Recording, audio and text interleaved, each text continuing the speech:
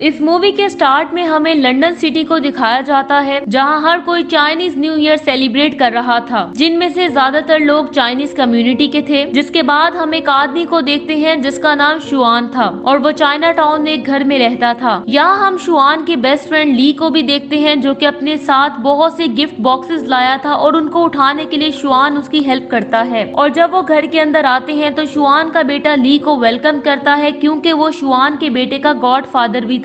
अब सारे गिफ्ट्स रखने के बाद वो सब लोग इवनिंग सेलिब्रेशन की प्रिपरेशन करने लगते हैं। दूसरी तरफ हम चाइना टाउन की स्ट्रीट्स में कपल को देखते हैं। उस कपल में से आदमी का नाम मिस्टर चिन था, जो कि काफी फेमस बिजनेसमैन था, और उसके साथ उसकी गर्लफ्रेंड थी जिसका नाम मई था। लेकिन स्ट्रीट्स में घूमते हुए उन्हें ये पता नहीं था कि वहीं कुछ लोग उनके इंतजार में थे और उनकी हर मूव पे नजर रखे हुए थे, क्योंकि वो लोग मिस्टर चिन और मई को किडनैप करना चाहते थे। यहाँ मिस्टर चिन अपनी इकलौती बेटी फरीदा के साथ वीडियो कॉल पे बिजी था, जो कि अफ्रीका में इंडिपेंडेंटली रह रही थी। फरीदा को एनिमल बहुत पसंद थे और इसीलिए वो एनिमल राइट्स की एक्टिविस्ट भी थी। यहाँ हम देखते हैं कि मिस्टर चिन अपनी बेटी से बातें करने के बाद जब वो उसकी बात अपनी गर्लफ्रेंड से करवाता है तो फरीदा फौरन से कॉल ड्रॉप कर देती है, क्योंकि वो अपने फादर की गर्लफ्रेंड को हेट करती थी। जिसके बाद हम देखते हैं कि जब मिस्टर चिन और मई वहाँ से जाने वाले थे तो इतनी ही देर में टेररिस्ट वहाँ पहुँचकर उनके गार्ड्स पे अटैक कर देते हैं और उन्हें मारने के बाद मिस्टर चिन और मई को किडनैप कर लेते हैं। नेक्स्ट सीन में हम वैनगार्ड के हेडक्वार्टर को देखते हैं, जहां मिस्टर टैंक को अपनी एक एजेंट की कॉल आती है, जो कि टैंक को बताती है कि उनके एक वीआईपी क्लाइंट को किडनैप कर लिया गया है, क्योंकि उसने मिस्टर चिन की कार में मौजूद हिडन कैमरा से उन्हें ट्रैक कर लिया था, जबकि मिस्टर चिन की कार में जीपीएस भी मौजूद था। ये सुनकर टैंक फौरन से वैनगार्ड्स को कॉल करने लगता है, जो कि लंदन के करीब रहते थे। दूसरी तरफ हम देखते हैं कि जब ली और शुआन अपनी फैमिलीज के साथ टाइम स्पेंड कर रहे थे और काफी इंजॉय कर रहे थे, तो तभी उन्हें टैंक की कॉल आती है और वो उन्हें कुछ देर पहले होने वाली किडनैपिंग को रिस्पॉन्ड करने के लिए कहता है। ये सुनकर वो अपनी फैमिलीज को गुड बाय कहते हैं और फौरन से वहाँ से निकल जाते हैं और थोड़ी ही देर में उस जगह को लोकेट करने में कामयाब हो जाते हैं, जो कि एक पुरानी सी बिल्डिंग थी। दूसरी तरफ मिस्टर चिन और मई को एक प्राइवेट रेस्टोरेंट में लाया जाता है, जो कि उसी पुरानी बिल्डिंग में था। यहाँ हम उस ग्रुप के लीडर को देखते हैं जिसका नाम ब्रोटो था। यहाँ ब्रोटो मिस्टर चिन से उमर के फादर के बारे में पूछता है और साथ ही वो उससे पैसों के बारे में भी पूछता है। दूसरी तरफ हम शुआन और ली को देखते हैं। यहाँ शुआन बिल्डिंग के अंदर जाने लगता है, लेकिन वहाँ मौजूद गार्ड उसे रोक लेता है। इसी दौरान ली भी वहाँ पहुँच जाता है, जिसकी वजह से वहाँ मौजूद गार्ड डिस्ट्रैक्ट हो जाता है। ये देखकर शुआन उस पर अटैक कर देता है। यहाँ वो दोनों उस गार्ड को मारने लगते हैं, जिसकी वजह से वो बेहोश हो जाता है। अब वो दोनों चुपके से रेस्टोरेंट के अंदर आ जाते हैं और फौरन से किडनैपर्स पे अटैक कर देते हैं, जिसके बाद उनमें फायरिंग स्टार्ट हो जाती है और किडनैपर्स मिस्टर चिन को छुपाने की कोशिश करने लगते हैं। लेकिन क्योंकि वैनगार्ड्स हाईली ट्रेंड थे और मार्शल आर्ट्स एक्सपर्ट्स भी थे, इसलिए वो बहुत से किडनैपर्स को मार के मिस्टर चिन और मई तक पहुंचने में कामयाब हो जाते हैं। यहाँ किडनैपर्स उन पे शूटिंग करना जारी रखते हैं, जिसकी वजह से ली उनसे फाइट करने लगता है, जबकि शुआन मई को लेकर किचन तक पहुंच जाता है, जबकि दो गार्ड्स उनका पीछा कर रहे थे। अब क्योंकि शुआन मई की वजह से उन गार्ड से प्रॉपरली फाइट नहीं कर सकता था, यहाँ उसे एक रूम नजर आता है जहाँ रेस्टोरेंट स्टाफ भी छुपा हुआ था, इसलिए वो मई को भी उसी रूम में भेज देता है। जिसके बाद वो उन गार्ड से फाइट करने लगता है और आखिरकार उन्हें मारने में कामयाब हो जाता है। दूसरी तरफ ली और मिस्टर चिन के पीछे क्योंकि काफी सारे लोग थे, इसलिए वो स्टेयर्स के जरिए ऊपर की तरफ भागने लगते हैं। लेकिन इसी दौरान ली का कार्ड नीचे गिर जाता है, जिसे ब्रोटो उठा लेता है और अब उसे ये पता चल चुका था कि ली किसके लिए काम करता है और उसका रियल नेम क्या है। जिसके बाद वो फिर से उनका पीछा करने लगते हैं, जबकि ली और मिस्टर चिन एक रूम में जाके डोर को ब्लॉक कर देते हैं। यहाँ ब्रोटो उन्हें बाहर आने की वार्निंग देता है, लेकिन वो उसकी वार्निंग को इग्नोर कर देते हैं, जिसकी वजह से ब्रोटो और उसके साथी डोर पे फायरिंग करना स्टार्ट कर देते हैं, जिससे डोर ओपन हो जाता है। उसी दौरान ली, जिसके पास और कोई ऑप्शन नहीं बचती, इसलिए वो मिस्टर चिन को लेके विंडो से जंप कर देता है और वो दोनों स्ट्रीट में मौजूद लोगों पे जा गिरते हैं, जिसकी वजह से सभी लोग शॉक्ड हो जाते हैं, लेकिन वो दोनों फौरन से वहाँ से भाग जाते हैं। जिसके बाद ली बैकअप के लिए कॉल करता है और वैनगार्ड की एक बेस्ट फीमेल एजेंट जिसका नाम मिया था, वो उनको रेस्क्यू करने के लिए निकल पड़ती है। और जब वो उनकी लोकेशन पे पहुंचती है तो ली और मिस्टर चिन तो गाड़ी में बैठ जाते हैं, जबकि शुआन और मई अभी भी उनके किडनैपर से बचने की कोशिश कर रहे थे, लेकिन फिर वो भी टाइम पे गाड़ी तक पहुंचने में कामयाब हो जाते हैं। जिसके बाद मिया उन्हें वैनगार्ड के हेडक्वार्टर की तरफ ले जाने लगती है और हेडक्वार्टर पहुंच के मिस्टर चिन और मई की मुलाकात टैंक से होती है। यहाँ टैंक उन्हें ये एक्सप्लेन करता है कि उनको एक ऐसे ग्रुप ने किडनैप किया था जो कि पैसे लेकर लोगों को किडनैप करते हैं या उन्हें मार देते हैं, और इस केस में उनका विक्टिम मिस्टर चिन था। जिसके जिसके बाद मिस्टर चिन टैंग को ये बताने लगता है कि वो इस सिचुएशन तक कैसे पहुंचा। मिस्टर चिन उसे बताता है कि उसका एक बिजनेस पार्टनर था जिसका नाम मेसन था और उन दोनों ने मिलकर यूरोपियन ऑयल और एयरक्राफ्ट बेच के बहुत पैसे कमाए थे। लेकिन जब उसे पता चला कि मेसम एक गैंग भी चला रहा है जिसका नाम ब्रदरहुड ऑफ वेंजेंस है, इसी वजह से जब उसने मेसम के साथ अपने बिजनेस को क्विट करने का फैसला किया तो बहुत लेट हो चुकी थी और मेसम उसे फंड्स अरेंज करने के लिए फोर्स करता है क्योंकि वो मैस डिस्ट्रक्शन के वेपन्स खरीदना चाहता था और मेसम ने उसे धमकी दी थी कि अगर वो ऐसा नहीं करेगा तो वो उसे और उसकी फैमिली को मार देगा। लेकिन उसने इस चीज की रिपोर्ट लंदन पुलिस को कर दी थी जिसकी वजह से मेसम 7 माह पहले एक मिलिट्री ऑपरेशन में मारा गया था। लेकिन उसका बेटा जिसका नाम उमर था वो इस ऑपरेशन में बच गया था। इसलिए ये उमर ही था जिसने मिस्टर चिन को किडनैप करने के लिए ब्रोटो को भेजा था। यहाँ मिस्टर चिन को एक और चीज भी परेशान कर रही थी और वो थी इसकी बेटी की सेफ्टी, क्योंकि वो ये जानता था कि उमर उसकी बेटी को जरूर नुकसान पहुंचाएगा। इसलिए चिन टैंक से रिक्वेस्ट करता है कि वो अफ्रीका जाकर उसकी बेटी को सेफली वापस ले आए। नेक्स्ट सीन में हम उमर को देखते हैं जिसे ब्रोटो की कॉल आती है और वो उमर को चिन के एस्केप की न्यूज बताता है और कहता है कि वो एक प्राइवेट सिक्योरिटी कंपनी वैनगार्ड की वजह से मिशन कंप्लीट नहीं कर सके। ये न्यूज सुनकर उमर को बहुत गुस्सा आता है और वो ब्रोटो पे चिल्लाने लगता है, जिसके बाद वो ब्रोटो को चिन की बेटी को किडनैप करने का ऑर्डर देता है। नेक्स्ट सीन में हमें अफ्रीका का सीन दिखाया जाता है जहां हमें पता चलता है कि मिस्टर चिन की बेटी फरीदा सोशल मीडिया पे काफी फेमस थी क्योंकि वो एनिमल राइट्स के लिए काफी काम कर रही थी और इल्लीगल हंटिंग के लिए वो कुछ लोगों को पब्लिकली ब्लेम करती थी और उन लोगों में से एक का नाम टूना था। टूना उन इल्लीगल हंटर्स का लीडर था जो कि एक्सोटिक एनिमल्स को मार के मार्केट में बेच देते थे। अब क्योंकि फरीदा टूना के कामों को मुसलसल एक्सपोज कर रही थी इसलिए टूना उस पे बहुत गुस्सा था और फरीदा को मारना चाहता था। इसी वजह से ब्रोटो टूना से कांटेक्ट करता है और उससे मिलकर फरीदा को लोकेट करने और उसे मारने की ऑफर करता है और साथ ही वो टूना को इसके लिए पैसे भी देता है, जिसके बाद वो लोग फरीदा को ढूंढना स्टार्ट कर देते हैं। दूसरी तरफ वैनगार्ड्स भी अफ्रीका पहुंच चुके थे। उनके साथ टैंक भी था जो वहाँ उनकी हेल्प के लिए आया था। यहाँ टैंक और उसके साथी डेजर्ट और जंगल में से काफी देर ड्राइविंग के बाद आखिरकार फरीदा तक पहुँच जाते हैं। यहाँ फरीदा अपने खौफनाक फ्रेंड के साथ खेल रही थी जो कि एक लायन था। अब जैसे वैनगार्ड्स फरीदा के पास जाने लगते हैं तो वहीं दूसरी तरफ ब्रोटो और टूना के लोग भी वहाँ पहुँच जाते हैं। ली अब जल्दी से फरीदा के पास जाना चाहता था लेकिन वो उसके पास मौजूद लाइन्स की वजह से खौफजदा हो जाता है। इसी दौरान किडनैपर्स भी अपनी गाड़ियों से बाहर आ जाते हैं और वैनगार्ड से फाइट स्टार्ट कर देते हैं। दोनों ग्रुप्स ही फरीदा तक पहले पहुंचने के लिए फाइट कर रहे थे,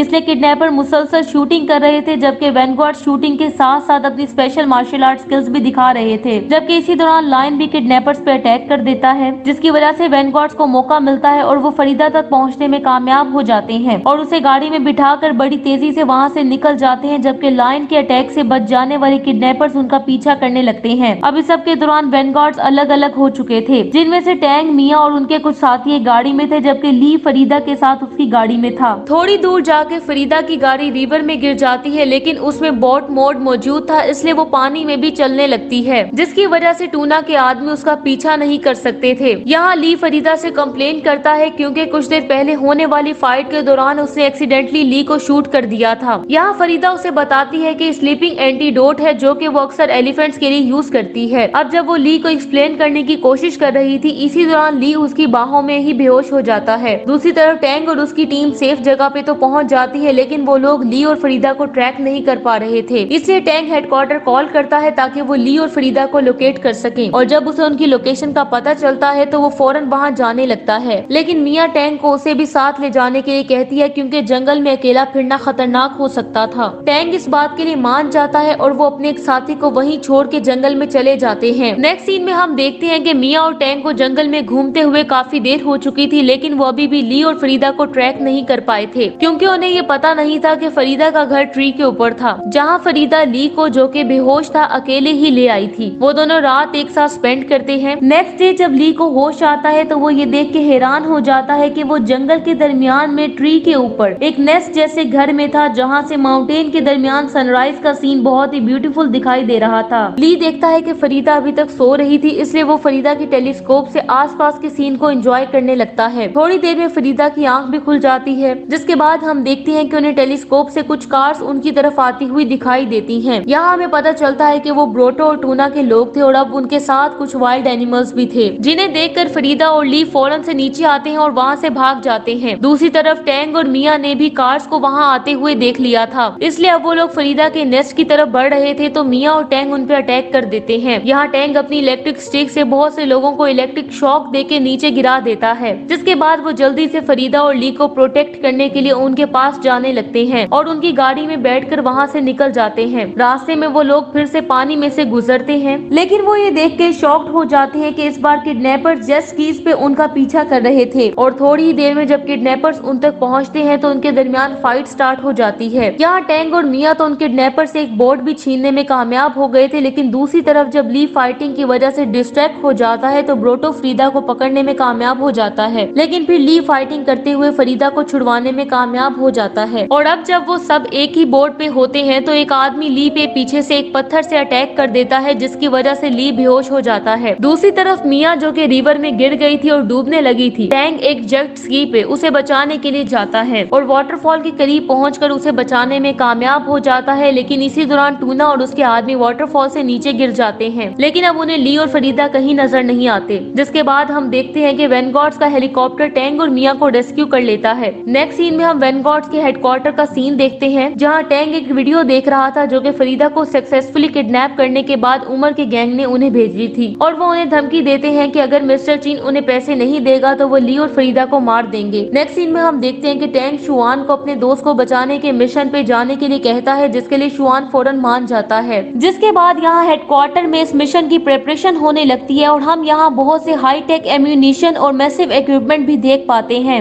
जिसके बाद टैंग टीम मीटिंग करता है और उन्हें सारा प्लान समझाने लगता है। थोड़ी ही देर में टैंग और उसकी टीम उस शहर के लिए निकल जाते हैं जहाँ उमर और उसका गैंग मौजूद था। यहाँ टैंग एक लोकल गैंग के हेड से फरीदा और ली को छुड़वाने के लिए निगोशिएट करता है, जबकि बाकी लोग स्लम एरिया में जाकर अपना हाई टेक इक्विपमेंट यूज करते हुए फरीदा और ली को ढूंढने लगते हैं और आखिरकार उनको लोकेट करने में कामयाब हो जाते हैं। यहाँ फरीदा और ली जब आपस में बात कर रहे थे तो किडनैपर्स वहाँ आकर ली को अपने साथ ले जाते हैं और जब ली को ब्रोटो के पास लाया जाता है तो ब्रोटो अपने आदमियों को उसे एक्सप्लोसिव वेस्ट पहनाने का ऑर्डर देता है। जिसके बाद हम देखते हैं कि ब्रोटो उमर के पास आता है और उसे बताता है कि वैनगार्ड्स होस्टेज को छुड़वाने के लिए निगोशिएट करना चाहते हैं। साथ ही वो उसे बताता है कि वैनगार्ड्स मिस्टर चिन के बदले ली और फरीदा को छुड़वाना चाहते हैं, लेकिन उन्हें इस बात का पता नहीं होता कि वैनगार्ड्स की एजेंट मेड्स के रूप में उनके कैसल के करीब पहुंच चुकी थी, जबकि कुछ वैनगार्ड्स एक टनल से होते हुए कैसल के अंदर पहुंचकर अपनी पोजीशन संभाल लेते हैं। नेक्स्ट डे हम देखते हैं कि टैंग निगोशिएशन के लिए मिस्टर चिन के साथ कैसल में पहुंच जाता है। अब वो सीधा उमर के पास पहुंचते हैं और नेगोशिएशन स्टार्ट कर देते हैं। वहीं एक आदमी ने फरीदा को भी पकड़ रखा था, जबकि ली जिसकी आंखों पे पट्टी बंधी हुई थी वो एक और जगह मौजूद था। यहाँ ब्रोटो टैंग को उस जगह की वीडियो दिखाता है जहाँ ली को रखा गया था और कहता है कि उसने 3 मिनट का टाइम सेट कर दिया है। ये देखकर टैंक परेशान हो जाता है, जबकि इसी दौरान वैनगार्ड्स का स्नाइपर उस आदमी को जिसने फरीदा को पकड़ रखा था उसे शूट कर देता है और साथ ही गन को उमर पे पॉइंट कर देता है, जिसकी वजह से उमर अपने आदमियों को वेपन्स फेंकने के लिए कहता है, लेकिन इसी दौरान उनमें दोबारा फाइट स्टार्ट हो जाती है। यहाँ दोनों ग्रुप्स जब फाइटिंग में बिजी थे तो इसी दौरान शुआन ली को बचाने में कामयाब हो जाता है। जिसके बाद हम देखते हैं कि टैंग और उसके साथी भी फायरिंग करते हुए फरीदा को बचाकर कैसल से निकालने में कामयाब हो जाते हैं और अपनी गाड़ियों की तरफ बढ़ने लगते हैं, लेकिन उमर के साथी उन पे फायरिंग करना जारी रखते हैं। जिसके बाद हम देखते हैं कि टैंग मिस्टर चिन और फरीदा को लेके गाड़ी तक पहुंचने में कामयाब हो जाता है, जबकि ली, शुआन और उनके कुछ साथी पीछे रह जाते हैं। अब शूटिंग के दौरान उमर के लोग एक बिल्डिंग को बॉम्ब से उड़ा देते हैं, जिसकी वजह से वो बिल्डिंग नीचे गिरने लगती है और नीचे मौजूद शुआन के ऊपर आ गिरती है। यहाँ वैनगार्ड्स वहाँ से निकलने ही वाले थे, लेकिन ली अपने दोस्त के लिए वापस जाता है और उसकी बॉडी को लेके वो सब लोग वहाँ से निकलने में कामयाब हो जाते हैं। जबकि इसी दौरान मिस्टर चिन अपने आप को सेक्रीफाइस करते हुए उन टेररिस्ट के सामने आ जाता है, इसलिए अब वो वैनगार्ड का पीछा नहीं करते। जबकि रास्ते में ली शुआन को होश में लाने की कोशिश करता है और थोड़ी देर में शुआन होश में आ जाता है, जिसकी वजह से सब लोग बहुत ज्यादा खुश हो जाते हैं।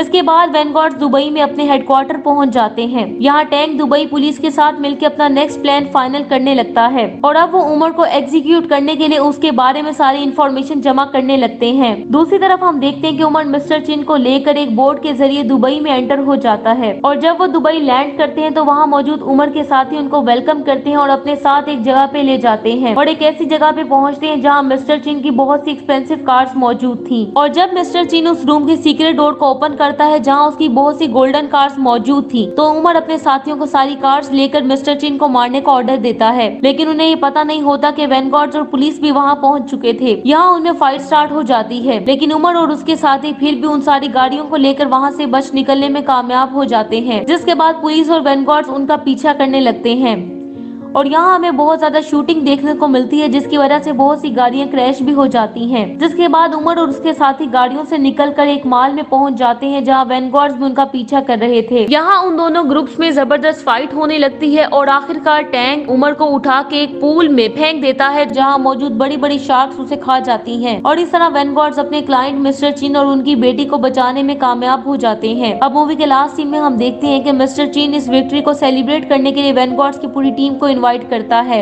यहाँ ली भी मौजूद था, जो कि हिम्मत करके फरीदा से मिलता है और आखिरकार उसे अपनी फीलिंग्स के बारे में बता देता है। और यहाँ ये बात साफ जाहिर थी कि फरीदा भी ली को पसंद करने लगी थी। इसी के साथ ये मूवी एंड हो जाती है। Thank you so much for watching.